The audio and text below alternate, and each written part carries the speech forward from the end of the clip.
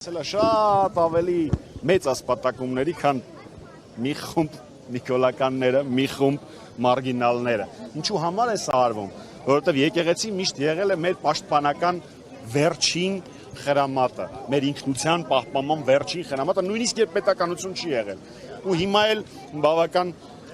զուգահեռներ կան, իշխանությունները չեն պաշտպանում եւ չեն ներկայացնում Հայաստանի Հանրապետության շահերը, ու ուզում են վերացնել այն ինստիտուտը, որը կպաշտպաներ եւ կզբաղվեր մեր շահերի առաջմղմամբ, այդ թվում նաեւ Շվեյցարիայում, ինչպես պայքարելով, այլ տարբերակ չկա։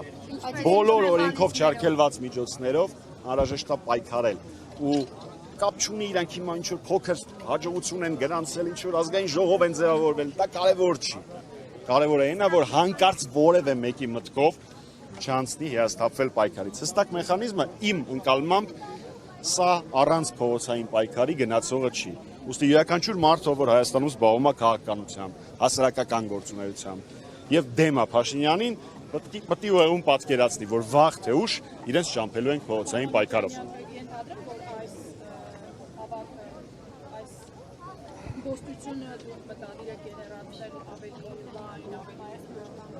Ես, եթե թույլ տաք ձեր հարցը մի փոքր վերաձևակերպեմ, այստեղ գեներացնելու բան չկա։ Ես վստահ եմ, որ հայերի մեծամասնությունը, ինչպես արդեն ասացի, հաշտ չի այս իրավիճակի հետ։ Մի մարդը դա արտահայտում է այստեղ լինելով, մյուս մասը Facebook-յան գրառմամբ, որի համար իրեն փորձում են Փաշինյանի իրավապահները դատեն, մյուս մասը մրցքում, մյուս մասը խոհանոցում զրույցի ժամանակ։ Բայց ես վստահ եմ, որ գալու է մի պահ, երբ որ Փաշինյանը համը հանելու է վերջնականապես, ու դրա պատասխանը ստանալու է։ Իսկ օգտագործելու կամ այս առիթը եւ այլն ձևակերպումները իմ համար անընդունելի են։ Հայաստանի Հանրապետությունը որն է այն այցյանը, որտեղ վիճարկվում է խախտված իրավունքները։ Ներողություն եմ խնդրում, դուք հավանաբար փորձում եք եկեղեցու ներեկեղեցական հարաբերությունները տեղափոխել աշխատանքային օրենսգիրք, դա իմ համար անընդունելի է։ Սահմանադրության դրույթ է, որ եկեղեցին պետությունից անջատ է։ Իսկ համեմատության համար ես կարող եմ ես ձեզ ճանաչում։ Համեմատության համար կարող եմ ասել, եթե հանկարծ ձեր լրագրողներից մեկին աշխատանքից ազատեն, օրինակ նախագահ Սարգսյան դիմելու կամ վեհապար Հայրապետին կաթողիկոսով դիմելու համար, դա նորմալ չի լինի, բացարձակ նորմալ չի լինի, եթե վարչապետ կոչեցյալը որոշի ասել, չէ, այդ մարդուն հետ կընդունեք աշխատանքի։ Չնայած Civic-ի պարագայում, քանի որ ինքը ԿՊ-ի լրատվականն է, այդպես էլ պիտի լինի, բայց ըստ սահմանադրության մեր եկեղեցին անջատ է եւ պետությունը իրավունք չունի խառնվել եկեղեցու գործերին։ Այո, այդպես է սահմանադրություն ավելի բարձր։ Երրորդ նախագահը եւ Սամվել Կարապետյանը հանդիպել են։ Դրա մասին անհրաժեշտ է հարցնել կամ Սամվել Կարապետյանին կամ երրորդ նախագահին։ Ես չասացի, որ չգիտեմ, ես ասացի, որ դրա մասին պետք է հարցնել կամ նախագահին կամ Սամվել Կարապետյանին։ Չեմ մեկնաբանում։ Սամամիջանյան եկեղեցու եւ պետության աջակցության վերաբերյալ փոքր եւս 2020 թվականին կաթողիկոսը պահանջում էր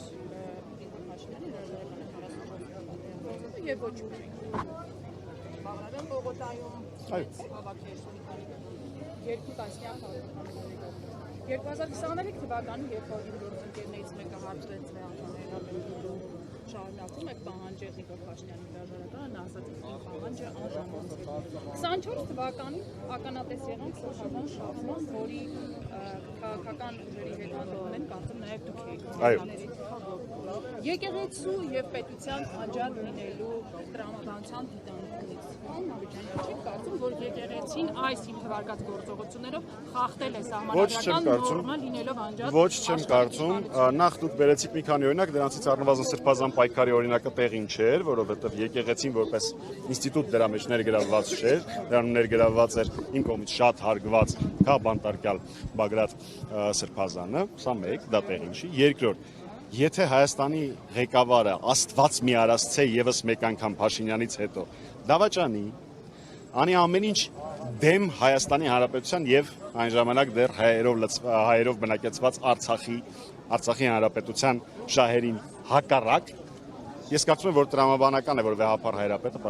պահանջի իր հրաժարականը։ Դա չի նշանակում, որ եկեղեցին խառնվում է քաղաքականությանը, դա նշանակում է, որ վեհապար Հայրապետը իր կարծիքն է հայտնում դավաճանի վերաբերյալ, դա բացարձակ չի նշանակում, որ եկեղեցին որպես ինստիտուտ ձեր զարմանքին պատասխանեմ, խառնում է քաղաքականության եւ երբեք ընդգծում եմ, եկեղեցին որպես ինստիտուտ ներգրավված չի եղել քաղաքական գործընթացներում, այդպիսի բան չի եղել։ Իսկ հիմա պետությունը չէ, Փաշինյանը որպես նոր ձևավորվող դիկտատոր, ինչպես եւ բոլոր դիկտատորները, փորձում է վերացնել երկրում առկա բոլոր ինստիտուտները, այդ թվում նաև եկեղեցին։ Դա իրեն չի հաջողվել։